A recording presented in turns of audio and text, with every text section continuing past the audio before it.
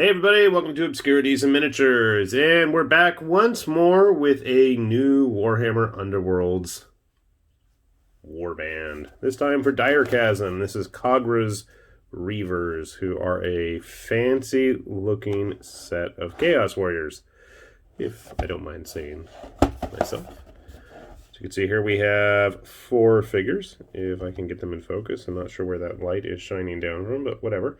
Okay.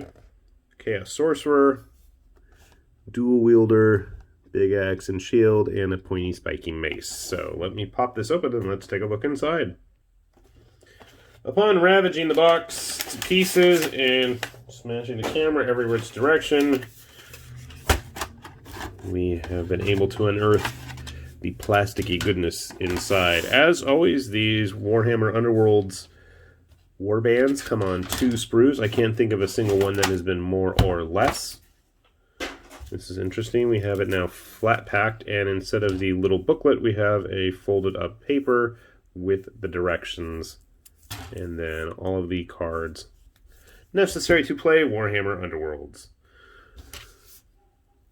Now, to me, I can't tell, but I guess this is a colored plastic. It looks like the typical gray, but it's got a little bit something off.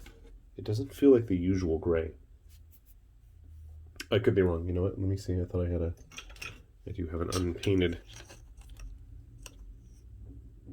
I don't know, maybe it's just a darker gray for purposes of coloring the warband. Models are nice and tall.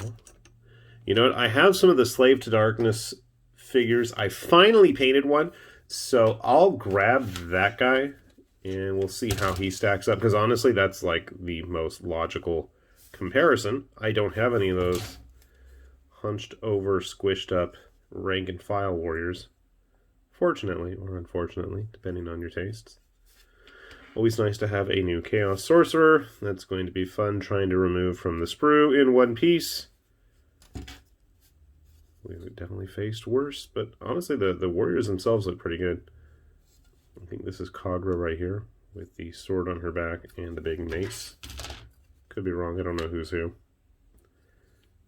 I don't know why stylistically they kind of remind me of the Dark Oath chieftain from Silver Tower. Obviously he wasn't wearing a bunch of armor, but I don't know. Maybe it's just me. Maybe it's just the gear and everything all over them. And as always, it's worth mentioning that every one of these Warhammer Underworlds figures in the warbands always have the custom bases. So we've got ruins here, bones there, mark of chaos on this one. It's kind of cool. And then just more debris.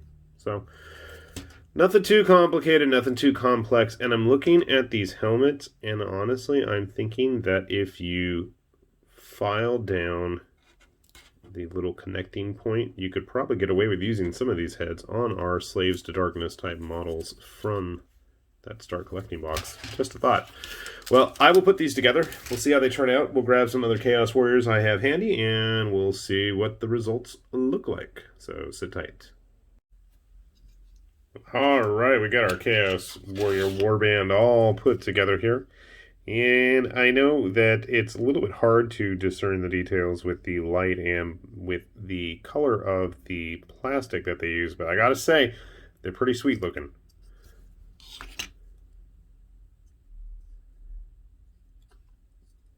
Definitely some fun sculpts, and I think if you have the Slave to Darkness Start Collecting box, they are going to look great as companion pieces to them.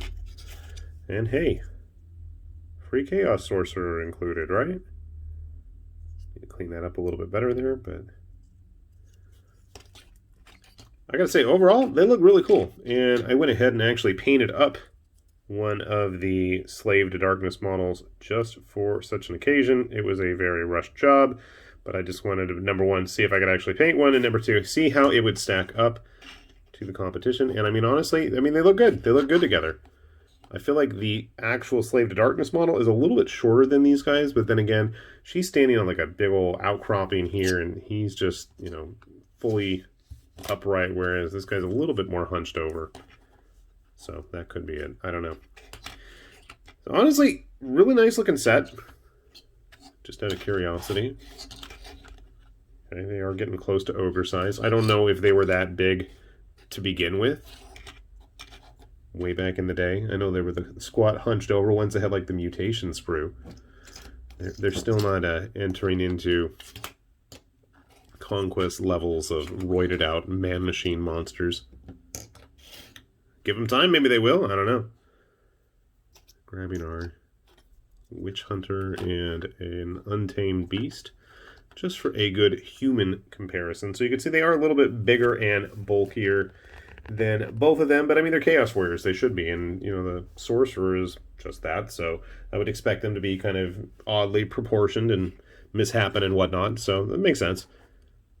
Again, honestly, the only thing that, to me, is the biggest attraction is the price. They keep sticking those price points higher and higher in very short spans of time, and I mean, that's neither here nor there, but it just kind of irks me. But then again, it's not like I was paying any money out of my own pocket. I was just going ahead and trading in things that had bored me from the tabletop, and I'd much rather, you know, let that money go to the local stores as it is. So overall, nice looking kit.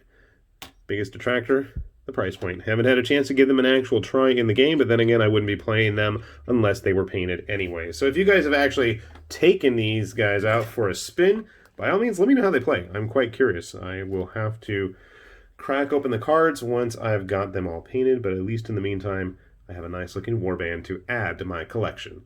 With that said, this has been High Lord Tamerlane with Obscurities and Miniatures, saying thanks for watching, and we will see you back here soon. Bye-bye.